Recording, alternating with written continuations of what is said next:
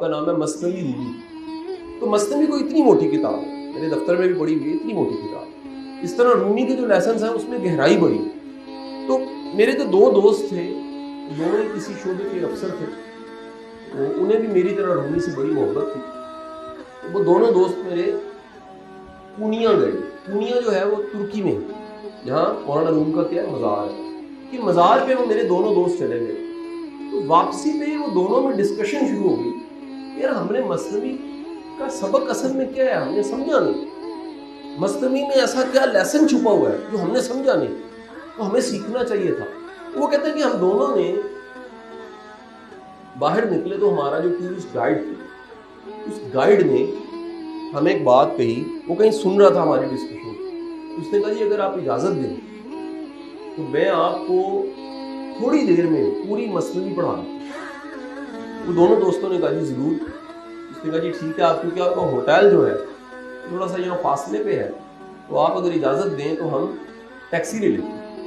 میں نے کہا جی ٹھیک ہے، کہ جی میں بھی آپ کے ساتھ جاؤں گا، لیکن میری ایک شرط ہے۔ میری شرط کیا ہے؟ دونوں دوستوں نے کہا، اس نے کہا اس ٹیکسی میں جو آپ نے لینی ہے میں آپ کے ساتھ پیچھے بیٹھوں گا، حالانکہ سیٹ ایک آگے خالی ہوگی، ڈرائیور چلا رہا ہے، تو فرنٹ سیکنڈ سیٹ جو ہے اس کو چھوڑ کے میں پیچھے آپ دونوں کے درمیان میں بیٹھوں گا۔ دونوں دوستوں نے کہا جی اس کی وجہ جی اگر آپ نے مثنوی سیکھنی ہے تو اس کے بغیر میں سکھا نہیں سکتا۔ یہ دونوں اتنے مشتاق تھے، یہ اتنے کریزی تھے کہ ان دونوں نے کیا کہا جی بسم اللہ، ٹھیک ہے۔ تھوڑی دیر بعد ٹیکسی آ گئی، ٹیکسی آئی تو یہ دونوں دوستوں نے اس ٹورسٹ گائیڈ کو درمیان میں بٹھایا، ایک اس طرف بیٹھ گیا، ایک اس طرف بیٹھ گیا۔ وہ ٹورسٹ گائیڈ ایسے کر کے بیٹھا ہوا تھا، ٹھیک ہے، یعنی وہ ایسے نہیں تھا، ایسے کر کے بیٹھا ہوا تھا۔ تھوڑی دیر بعد ہی اس نے کہا کہ اگر آپ اجازت دیں، ٹیکسی والے لوکل یہاں اس طرح کے نہیں ہیں، ان کو انتظار کرایا جائے تو برا منائے۔ تو اس گائیڈ نے کہا کہ اگر آپ اجازت دیں تو میرا گھر بھی رستے میں آ گیا، آپ اس کے بعد ہوٹل لے لے گا، تو میں آپ کی تھوڑی سی سیوا کرنا چاہتا ہوں، میرے مہمان بنے۔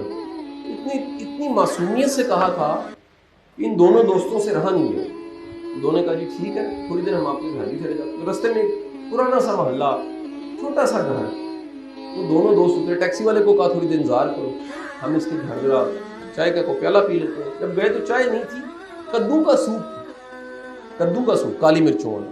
تو یہ ہمارے ہاں تو نہیں بنتا، لیکن اگر آپ باہر چلے جائیں، ترکی چلے جائیں اور ساری جو رشین بیلٹ ہے اس میں چل جائیں تو بڑا کامن ہے، سردیوں کے سوپ بنتے ہیں۔ وہ اس کے گھر میں 2 وہ سوپ کے پیالے لے کر آ گیا کدو کے، اور اس نے کہا جی آپ یہ پییں۔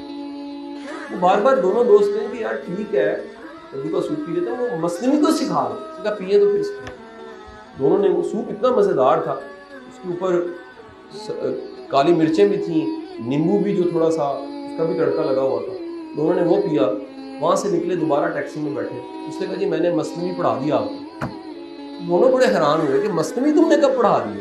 ابھی تو ہم آدھا فاصلہ طے کیا، تمہارا گھر آ گیا ہے، اور گھر آنے کے بعد تم نے ہمیں سوپ پلایا ہے، اب منزل کی طرف جانا ہے، مثنوی تو اتنی موٹی ہے اور لیسن۔ اس نے کہا جی پہلا لیسن مثنوی کا یہ ہے کہ کسی کو کون ہی نہیں چبھونا، کسی کو نقصان نہیں دینا، آپ جہاں پر ہیں ادھر اور ادھر کون ہی نہیں جانی چاہیے۔ ہمارا مسئلہ یہ ہوتا ہے، ہم تو نماز پڑھ کے ایسے کر کے سجدہ کرتے ہیں، وکھیوں میں کونیاں لگ رہی ہوتی ہیں دوسرے کی۔ کبھی غور کیا آپ؟ کہیں آپ کو ایسے مہربان ملیں گے کہ وہ نمازی ساتھ والے نمازی کو تنگ کرے، کئی ایسے مہربان ملیں گے جو گاڑی غلط پارک کر دیتے ہیں، موٹر سائیکل غلط پارک کر دیتے ہیں، دوسرے کو کونی چھپ، یہ بھی کونی چھپنے کی۔ کئی ایسے مہربان ملیں گے جن کی آواز اتنی اونچی ہے کہ دوسرا تنگ ہو۔ کئی ایسے مہربان ملیں گے جو اپنا کوڑا گھر کے باہر پھینک دیتے ہیں۔ یہ مثنوی کا لیسن نہیں ہے، دوسروں کو نقصان نہیں دینا۔ پہلا سبق کیا ہے جی؟ کونی نہیں چھپونی، دوسرے کو ضرر نہیں دینا، نقصان نہیں دینا۔ اور اگلا لیسن اس نے کہا، کہتا میں نے 2 ہی سبق تھے رومی کے مکمل مثنوی میں، دوسرا سبق یہ تھا کہ فائدہ دینا۔ تو میرے گھر میں سوپ ہی بنا ہوا تھا کدو کا، وہ میں نے آپ کو پیش کر دیا، مہمان نوازی کی۔ اس نے کہا دین بھی یہی ہے،